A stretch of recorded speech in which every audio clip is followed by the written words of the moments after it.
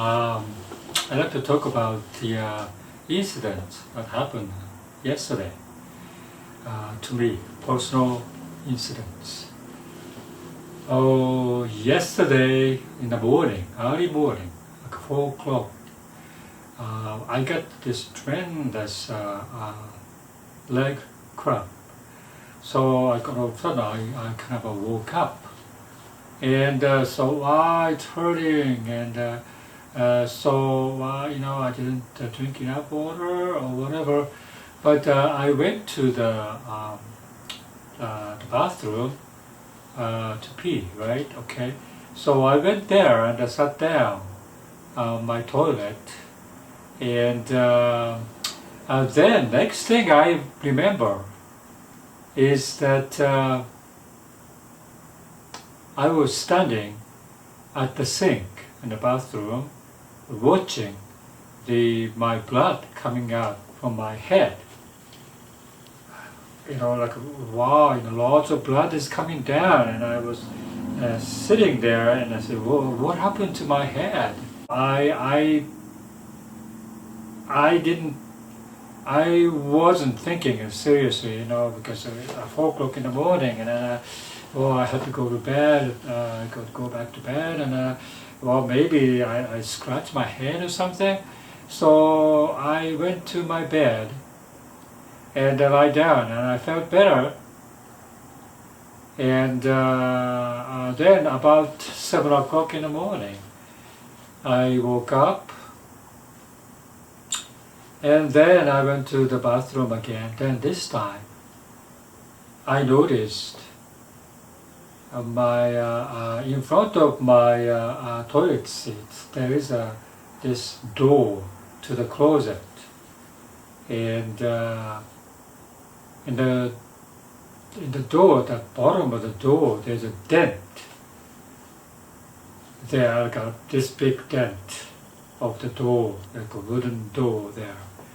And then by the door, there's a pool of blood already coagulating. Oh, what? And then I realized, when I went to the toilet, I think when I stood up, I think I fainted. And I thought, wow, I got concussed, and I felt like I was, for a while, unconscious, whatever, because I don't remember hitting the door there and hitting my head. I don't remember anything at all. And so, wow, I fainted because of my, anemic or whatever, and hit the head there. And I don't know I got unconscious or not at the time by concussion. And but I think what happened is I fainted. I just simply fainted, and and I didn't know that I hit the head. So I was trying to get up, and I went to the bathroom sink there. So I don't think that particular period is not that long. And so, of course, I went to the doctor yesterday, and he said that, you can put suture there with the staples and all this that you can clean up, or you can just leave it there like that, because I don't think it's not that bad. So I decided to just not to do sutures or anything like that. And so that's why I have this hat on it. And so that was like a wake-up call for me that type of things happen. And when it happens, you don't think, you still feel, probably a lot, and you are aware what's going on there. Therefore, you don't have to go to the hospitals or emergency room or anything like that. But could be very serious, could be very bad. So I felt like, wow, why I didn't I didn't wake up my son's family and do something about my stuff, showing, at least the showing. But I wasn't thinking, and I thought, but maybe it's not that big deal when it happened. And but to realize that that was something that you have to take care of yourself. That something happened to you. You think it's not a big deal, but it's maybe a good idea to call the doctor or go to the emergency room. Because if you live alone, for example, there's nobody's around, and you are the only judge for what you should be doing. And if you get a heart attack or something like that, by the way, they took EKGs and everything for me, and blood test, I think they did that too. So all these things that could be worse. And since you don't take care of yourself, if you happen to be living alone, who would? That you ended up with, maybe worst cases, like you ended up with dying alone, and nobody noticed you are dead. And so after a while, people start to, outside people or somewhere, start to feel that something happened to you, and they try to open the door or whatever, and notice that you are dead for about 6 months or something. You've been dead for 6 months. Nobody noticed. But that type of thing is a very difficult things there. I think many people, like senior citizen in my generation, I think getting alone. I think people are getting older, and I know many people, my friends and everything, living alone at the age of 80, age of probably sometimes 90. If you're 90 and if you have a caregiver coming to you, that's a good thing. And I'm not sure some people can afford caregivers to visit you once in a while. I think some people don't, and some people probably don't have much means, so they live in an apartment, probably senior apartment or something, but like independent care, that means you take care of yourself. So that's, I see a lot of people like that. I think people are kind of very health conscious. They try to eat well, and they try to do exercise and all these things. But regardless that you're getting older, and those happenings occur.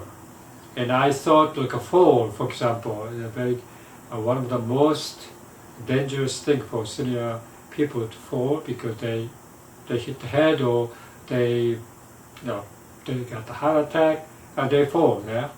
Okay, so that's the most dangerous thing that you have to avoid. Fall itself, in my case, for the yesterday, I fainted.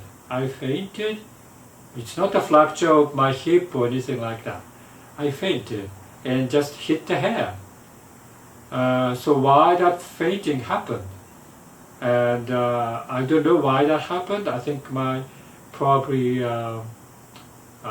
tendency is that maybe I got up very quickly from the lying position to the stand-up position, went to the bathroom, and that caused the fainting, anemic reaction to me. And so, I think I gotta be careful. And of course, that going upstairs, downstairs, using stairs, also sometimes people fall because you miss the steps. And of course, you have a bone density diminutions, and you get the fracture of the hips, you fall. and those things, turn into more serious events. And so I kind of aware now that you really have to be very careful. I think when you get up in the middle of the night, for example, don't get up so quickly or something. I think you should have prevented that very, very dizzy feeling if you go slower. And cramp, for example, cramp happens when you're sleeping. I think you experience when you get older more and more, because I think people when you get older you don't drink enough water. I think that itself contributed tremendously like cramp. Of course, you have a physical exertion, like standing all day long or walking all day long, whatever. You get your cramp will happen because your muscle got tired or something. But I think it's mostly, I would say, if you're fit, physically fit, I think mostly the lack of water. And I think that happens because you don't feel thirsty. And I noticed tremendously now that, I don't drink water. I drink the coffee and the green tea, but I don't drink water, bottled water or anything that much. So oftentimes when I walk, like hiking for example, I could do without drinking much water. I could just go, and then if you go to the destination after 2.5 hours walking, and then you just drink the green tea at the time and then eat the lunch. And not much of a, water. It's like less than half a couple of, maybe one bottle of water or something like that. But that's not enough. I think you are required to have every day like 2 liters of water. And I had to be very careful to follow that guidelines. So anyway, so I really want you to understand that people are getting old regardless. Anybody getting old, and when you get older, you lose your judgment, maybe because you feel like you are still young and you could do this, you could do that, and it's not a big deal. But it's not. That's not true. I think when you get older, you have to be aware that you are not young anymore, and you have to take care of yourself. Okay, so that's my few cents today. Okay, bye.